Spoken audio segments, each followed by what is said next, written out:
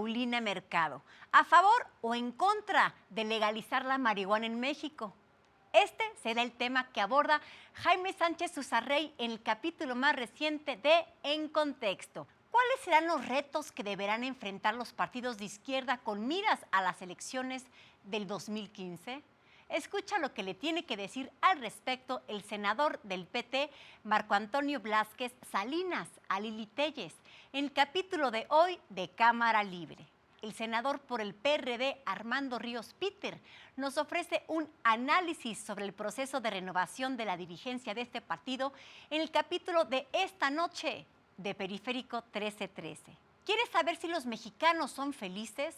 Entonces no te pierdas el capítulo de esta noche de La Billetera, ya que entrevistan a Eduardo Sojo, presidente del INEGI, quien nos presenta cifras bastante interesantes sobre este tema. Ya lo sabes, alista tus redes sociales y sé parte activa de nuestros programas, solo aquí en Azteca Opinión.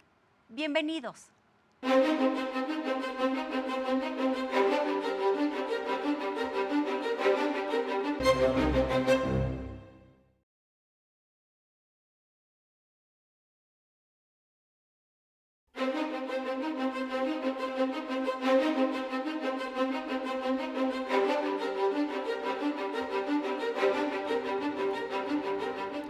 Armando Santa Cruz, consejero fundador de México Unido contra la Delincuencia. ¿Cómo estás? Muy bien, muchas gracias, Jaime, a tus órdenes. Te agradezco que hayas venido. Bueno, el asunto que nos convoca, que te convoca, está dejando de ser un tema, un debate más bien, el debate, valga la redundancia, de la legalización de las drogas para convertirse en un proceso de regularización de las drogas. Los casos de Colorado, Washington y Uruguay en Sudamérica van en ese sentido. Es un cambio radical que nunca habíamos visto. Fíjate que sí es muy interesante porque está cayendo en cuenta la mayoría de los gobiernos y la sociedad de que lo que no se regula no se controla. Entonces, mientras las drogas permanezcan en la ilegalidad, en el mercado negro, lo que puede hacer el Estado para controlar el impacto de las mismas es muy poco. Entonces, todos estos países básicamente han llegado a la conclusión de que es mejor sacarlas a flote y incidir sobre cómo se manejan estas, como se ha hecho con el tabaco, como se ha hecho con el alcohol. Ya había casos menos sonados porque se publicitaron menos y fueron de alguna manera menos audaces, digamos, como fue el caso portugués o el caso holandés o el caso suizo, donde también las drogas se dejan de tratar como un tema criminal y se atacan más como un problema de salud pública. Ahora, y lo muy relevante es que estos casos que tú mencionas, como el de Holanda y el de Portugal, fueron casos que no contravenían la legislación internacional y que la ONU nunca condenó. Y en el caso de Colorado, de Washington y de Uruguay, la JIFE, la Junta de la ONU que se ocupa del asunto de la penalización de las drogas, lo ha condenado abiertamente. Es decir, estos dos estados en Estados Unidos y Uruguay están ya violando o poniendo en cuestión este ordenamiento legal. Sin duda alguna. Y mira, lo que pasa es que para ser pionero era muy difícil contravenir todas las convenciones internacionales. Entonces los holandeses se fueron por la vía muy práctica. La vía práctica, que es decir, no podemos violar los tratados internacionales o no queremos echarnos esa bronca, pues ¿cómo le podemos dar la vuelta? Y en la letra chiquita, una de las cosas que dicen esos tratados es que cada país podrá hacer, como dicen ellos en inglés, el enforcement, o sea, puede castigar, digamos, en la manera que el país considera mejor. Y entonces los holandeses optaron por no castigar. O sea, se fueron por una vía muy práctica, aunque tiene sus problemas, porque entonces tienes el problema de la puerta de atrás, que es no castigas el consumo, no puedes castigar la producción si no vas a castigar el consumo, pero pues la producción es claramente ilegal. Entonces, creo que la ventaja de estos cambios que se están dando es que se está enfrentando el problema en su totalidad, se le está entrando a toda la cadena. Hay muchas formas de matar las pulgas en este asunto, porque así como es cierto que Washington, Colorado, Portugal, Uruguay lo están haciendo abiertamente, ya por ejemplo en España había habido experimentos con los clubes de consumo canábico, en donde lo que se decía es, bueno, mientras no se comercie con la marihuana, mientras no sea un negocio, pueden adultos sin antecedentes penales y sin problemas de salud mental unirse para tener un club de producción e intercambiar la droga entre ellos. Entonces, le vas dando vuelta y vas entrándole al problema de una forma más madura que la que teníamos hasta ahora. Ahora, estamos hablando de la legalización de las drogas, pero en realidad lo que se está regularizando es exclusivamente la marihuana. Hay inclusive el pronunciamiento reciente del presidente Obama de los Estados Unidos diciendo que la marihuana no es tan mala o no es más mala que el alcohol, pero también se pronuncia diciendo, bueno, pero hay otras drogas que son malísimas. Entonces, estamos hablando de la marihuana. Sí, estamos hablando de la marihuana sin duda alguna. Ahora, también es cierto que los experimentos que han habido con otras drogas, como se ha hecho, por ejemplo, en el caso portugués o en el caso holandés o en el caso suizo, han dado muy buenos resultados. O sea, contrario a lo que pensaría uno intuitivamente, en las drogas más duras hay más beneficio a la hora de legalizar. Es decir, la heroína, por ejemplo, mientras la heroína sea ilegal, vas a tener cantidad de muertos por sobredosis, porque pues, no saben qué se están metiendo, no hay control de la concentración. Vas a tener contagio de HIV y contagio de hepatitis C entre usuarios por compartir agujas. Vas a tener interés de parte de los dealers por conseguir adictos. Y en países como Suiza, donde se le da libremente la heroína a los adictos, pues lo que han encontrado es que han abatido dramáticamente el número de muertos por sobredosis, prácticamente ya no hay, el contagio de HIV y de hepatitis C, han bajado el robo también a casa, habitación y transeúnte en los barrios donde antes había muchos adictos, y por otra parte también los adictos han salido a flote y se les puede ofrecer tratamiento, que mientras estén tras bambalinas, pues ni sabes de qué tamaño es el problema. Los adictos no solo se contagian entre ellos estas enfermedades, sino a la población en general porque se prostituyen y hacen una serie de cosas. Entonces, en general, nosotros, por lo menos como México Unido contra la Delincuencia, consideramos que deberían regularse todas las drogas. El peor de los mundos es dejarle la regulación de las drogas a las mafias. Ahora, hablando particularmente de la marihuana, creo que es un gran logro que se haya roto ese paradigma. Lo que dijo el presidente Obama es perfectamente cierto. O sea, hay cantidad de usuarios de marihuana funcionales. La marihuana es en muy buena medida como el alcohol. La mayoría de la gente que ha usado marihuana no es un drogadicto, la mayoría de la gente que usa alcohol no es un alcohólico. Entonces hay que dimensionar el problema y hay que atacarlo, digamos, en una forma inteligente y basada en evidencia, no en base a creencias o a preceptos morales, ¿no? Ahora, lo que está pasando en Estados Unidos es, bueno, absolutamente relevante. Por la primera razón es evidente. Es decir, Washington y Colorado, si sientan un buen precedente, hay quien afirma, tú no sabes qué opinas, que esto puede desencadenar una especie de efecto dominó. Sin duda. Esa es una parte. Y la otra parte, bueno, es que está el asunto de la libertad individual, ¿no? Y que la mayoría de los estadounidenses en Estados Unidos, valga la redundancia, sobre todo en las generaciones más jóvenes, ya están a favor de la legalización o de la regularización de la marihuana. Estos datos son muy importantes. Así es. Mira, yo creo que hay un tema que ya nada más es de tiempo, que es California. California, todas las encuestas muestran que la demografía de menores de 50 años es abrumadoramente favorable a la legalización. Entonces, cada año que pasa, hay más gente a favor de la legalización, hay menos viejos, hay más jóvenes que se hacen viejos. Y lo que es muy interesante es, hay gente ya tratando de promover un referéndum para volver a poner en las urnas la legalización en California. Si se consiguen los recursos, se va a hacer el referéndum. Pero los recursos se consiguen, los consiguieron ya para esa es, digamos, la interrogante para el corto plazo. Y si no, no hay problema.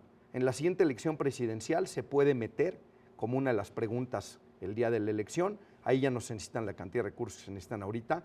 Y en 2 años es innegable que va a ganar la legalización. Entonces, la pregunta que habría que hacernos como mexicanos y como Estado mexicano es: el estado más grande de Estados Unidos, más Colorado, más Washington, más los que se acumulen de aquí a dentro de 2 años, van a tener legalizada la marihuana.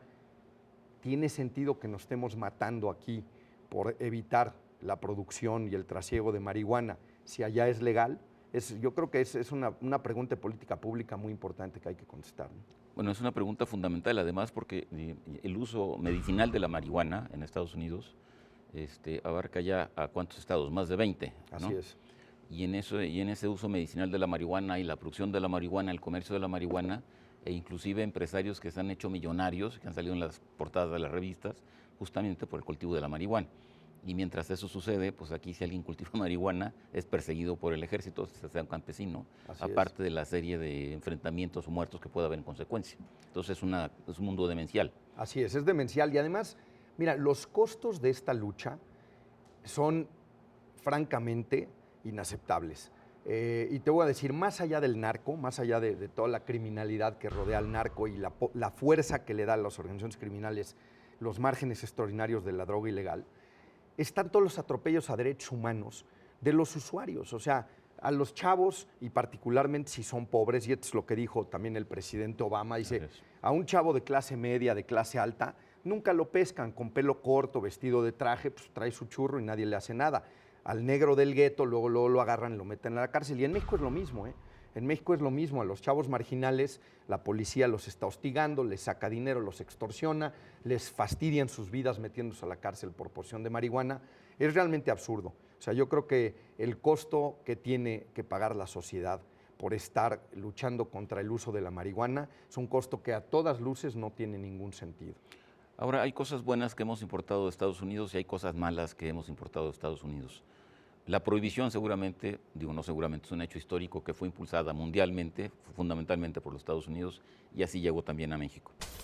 Pero de las cosas malas que también hemos importado está ahora, por ejemplo, este tipo de leyes sobre lavado de dinero, que te convierten prácticamente en un delincuente si intercambias, bueno, en un narco que se convierte entonces en lavado de dinero. Y a partir de allí, los ciudadanos en general nos convertimos en potenciales delincuentes. Y en Estados Unidos esto funciona muy mal. En alguna ocasión tú me explicabas cómo funciona en Estados Unidos. Así es, mira, parte de los múltiples costos de la guerra contra las drogas, por eso es que nos hemos vuelto tan vehementes opositores a esto, es que en este proceso de guerra contra las drogas, cada vez más es como la guerra contra el terrorismo, te van pidiendo que vayas cediendo libertades individuales y derechos inalienables. Entonces, por ejemplo, en Estados Unidos y en México con la extinción de dominio, vamos para allá. En Estados Unidos hay una figura que se llama el forfeiture. El forfeiture es cuando la policía pesca droga en algún bien tuyo, te lo pueden decomisar. Entonces pensemos en voz alta, que eres un millonario que tiene un yate y ya hace una fiesta y un invitado fumó marihuana y dejó la marihuana, dejó un restito en tu yate. La policía local se entera y dice, esta es una buena oportunidad para hacernos de un dinerito, entonces calla el yate, descubre la marihuana y te quitan el yate. Y esa es una historia de un millonario, pero hay historias terribles, se pueden meter a una página del Institute for Justice, es ij.org, donde vienen todas las historias que ha litigado pro bono este instituto. Por ejemplo, una pareja de viejitos que se retiraron, invirtieron sus ahorros en un motelito en el norte de Estados Unidos, tenían un motelito de 10, 15 cuartos que administraban ellos, y un día en una de las recámaras pues alguien usó droga, la policía se entera, y les confiscan el hotel, el ahorro de todas sus vidas. Es una arbitrariedad total y lo peor es que se crean unos incentivos perversos, porque se crean incentivos para que las policías estén en búsqueda de esto, porque de ahí se financian. Lo que se captura con el forfeiture se lo queda a la policía. Entonces, realmente tienes los incentivos desalineados. Ahora, lo grave en el caso de México, digo, aparte de la situación terrible que estamos padeciendo, es que vamos caminando en ese sentido. Así es. Y obviamente esto no tiene fin, porque son tales cantidades de dinero y tales mafias en torno de este mercado negro, que eso no va a servir finalmente para nada más que para volver a los ciudadanos potenciales delincuentes. ¿Cómo resumirías tú lo que viene para México? Mira, yo creo que lo que viene, por una parte ya hay una iniciativa que se va a plantear a la Asamblea de Representantes del DF, en la que se busca desenfatizar el combate a la marihuana, que yo creo que responde a lo que está pasando del otro lado y a los costos que se han podido aquilatar en esta guerra. Y por otro lado, que si sale lo de California, yo creo que ya no nos va a quedar de otra. O sea, como país vamos a tener que cambiar la política y muy probablemente la ONU también tenga que cambiar sus protocolos. De hecho, en estos días en Davos, Kofi Annan, ex secretario general de la ONU, iba a hacer una ponencia hablando del absurdo de esta guerra. Kofi Annan es miembro de la Comisión Global de Política de Drogas que fundó el presidente Cardoso. Fue el secretario general de la ONU. Con eso terminamos, se nos acabó el tiempo. Muchísimas gracias, Jaime. No, al contrario. Y estás invitado próximamente, pues un tema que no sale de la gente. Por supuesto, encantado de la vida. En Contexto, buenas noches, hasta la próxima semana.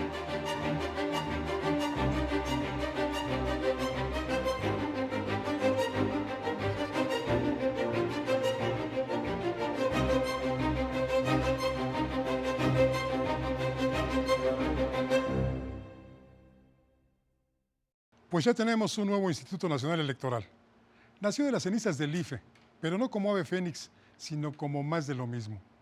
El INE, como lo fue el IFE, es un organismo de cuates y de cuotas, como dice el clásico. Negociaciones que fueron como el toma y daca de la perinola, y de los 10 consejeros, 4 son para el PRI, 3 para el PAN y 3 para el PRD, mientras que el consejero presidente Lorenzo Córdoba, nos dijeron, fue determinado por todos. Así, para un periodo de 3 años serán consejeros Beatriz Eugenia Galindo Centeno, quien fue magistrada de la Sala Regional del Tribunal Electoral del Poder Judicial de la Federación, con sede en Monterrey; Arturo Sánchez Gutiérrez, docente en el ITAM, maestro en estudios latinoamericanos por la Universidad de Oxford, consejero electoral del IFE del 2003 al 2010 y director de prerrogativas y partidos políticos de 1996 al 2003. Y en el mismo caso, por un trienio, Javier Santiago Castillo, candidato a doctor en ciencia política por la UNAM, profesor de la Universidad Autónoma Metropolitana, con una cauda significativa de publicaciones en torno al sistema político mexicano, partidos y elecciones. Son 4 quienes cobrarán como consejeros durante 6 años. Marco Antonio Baños, maestro en Políticas Públicas Comparadas por la Facultad Latinoamericana de Ciencias Sociales. El segundo es Enrique Andrade González, abogado por la Universidad Iberoamericana, con estudios de maestría en Derecho por la UNAM. La tercera, que estará en el INE un sexenio, es Alejandra Pamela San Martín, abogada por la Escuela Libre de Derecho. Y el cuarto, que cobrará en el INE por 6 años, es Benito Nací Fernández, consejero electoral del IFE desde el 2008. Es doctor en Ciencia Política por la Universidad de Oxford. Los afortunados que estarán en el INE por un periodo de 9 años, hasta el 2023, son Adriana Margarita Favela Herrera, magistrada del Tribunal Superior de Justicia del Estado de México hasta el momento de su designación; José Roberto Ruiz Aldaña, doctor en Derechos Humanos por la Universidad Carlos III de Madrid y exsecretario de Estudio y Cuenta de la Sala Regional del Tribunal Electoral con sede en el Distrito Federal; y Ciro Murayama Rendón, coordinador de investigación del Instituto Belisario Domínguez del Senado de la República, investigador nacional nivel 1, doctor en Ciencias Económicas y Empresariales por la Universidad Autónoma de Madrid, profesor de Teoría Económica en la UNAM, autor de diversos estudios en materia económica, social y electoral. Muchos entorchados, diplomas y estudios, sí. Pero todos llegaron como cuota de los partidos o por ser cuates de quienes mangonean los partidos. ¿Cómo la ve usted? Soy Paco Rodríguez, le agradezco su atención. Lo invito a reencontrarnos aquí la próxima semana. Mientras tanto, le deseo, como siempre, que haya buenas gracias y muchas noches.